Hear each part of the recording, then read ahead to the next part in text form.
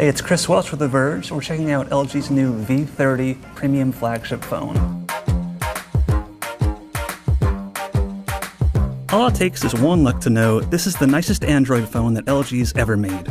It's also one of the most powerful, but it loses one big thing that power users might really care about. But let's start with the design. The V30 is covered in glass on both sides, and it's got a shiny metal frame in between. It's also got a big, tall, 6-inch Quad HD OLED screen that curves at the sides, but it's not as curved as the Galaxy S8. They still look a lot alike though.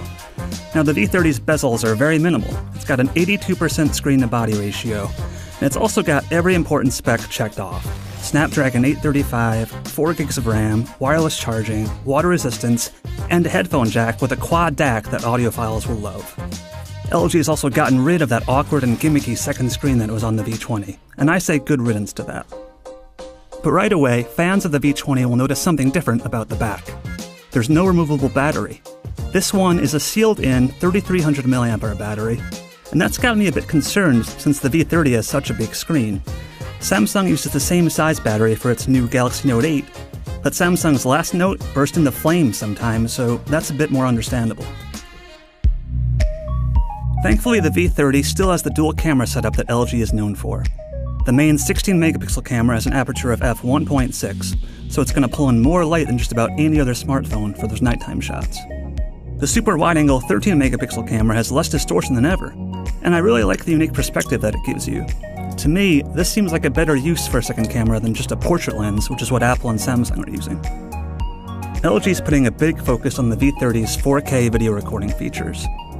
You can apply professional color grading to your footage right on the phone itself. And if you do prefer to edit on your computer, the V30 can record videos in log format to retain the most dynamic range and detail.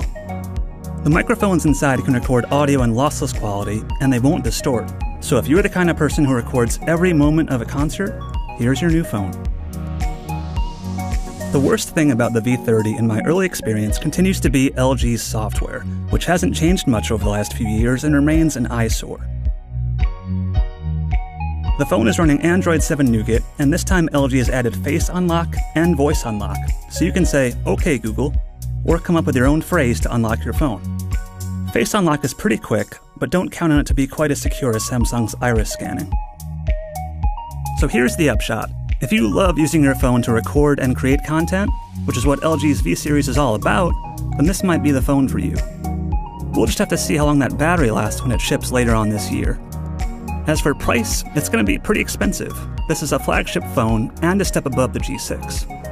But if nothing else, that screen's got me excited for the Pixel 2 XL, which is rumored to be manufactured by none other than LG.